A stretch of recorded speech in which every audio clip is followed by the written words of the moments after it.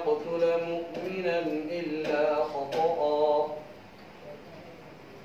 أعوذ بالله من الشيطان الرجيم. بسم الله الرحمن الرحيم.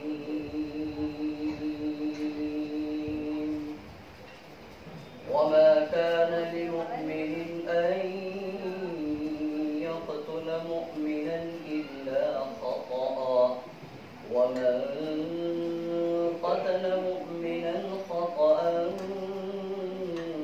فتحرير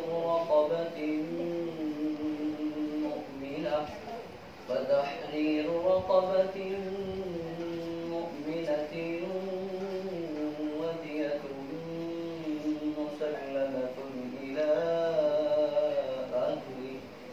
مسلمة إلى أهله إلا أن يصدقوا.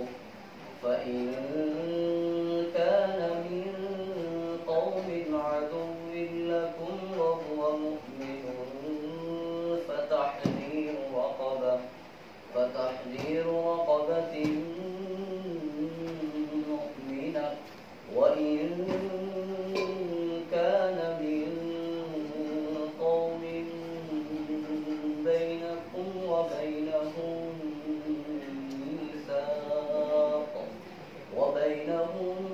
ميثاق فدية مسلمة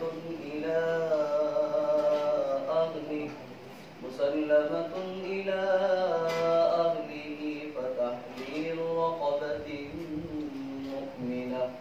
فمن لم يجد فصيام شهرين متتابعين توبة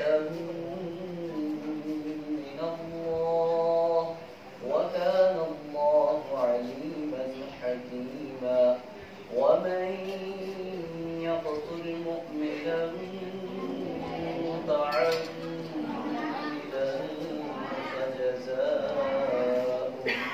فجزاؤه جهنم خالدا فيها وغضب الله عليه ولعنه وأعد له عذابا عظيما. يا أيها الذين آمنوا إذا ضربتم في سبيل الله فتبينوا ولا تقولوا لمن ألقى إليكم السلام لست مؤمنا تبتغون عرض الحياة الدنيا فعند الله مغانم كثيرة كذلك كنتم من قبل فمن الله عليكم فتبينوا إن الله كان بما تعملون خبيرا. واتل عليهم نبأ الذي آتيناه آياتنا فانسلخ منها فأتبعه الشيطان. بسم الله الرحمن الرحيم.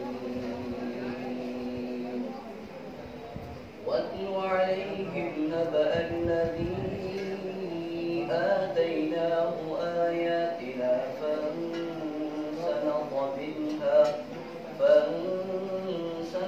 منها فأتبعه الشيطان فكان من الغاوين. ولو شئنا لرفعناه بها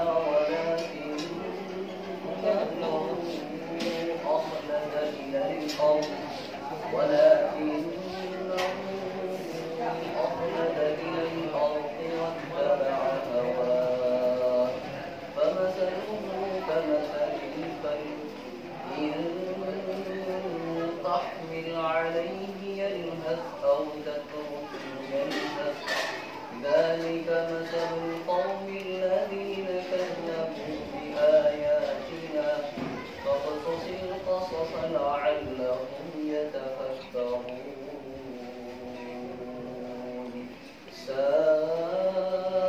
ساء مثلا القوم الذين كذبوا بآياتنا وأنفسهم كانوا يظلمون من يهد الله فهو المهتدي ومن يضلل فأولئك هم الخاسرون ولقد ذرأنا لجهنم كثيرا من الجن والإنس لهم قلوب لا يفقهون بها ولهم أعين لا يبصرون بها ولهم آذان لا يسمعون بها أولئك كالأنعام بل هم أضل أولئك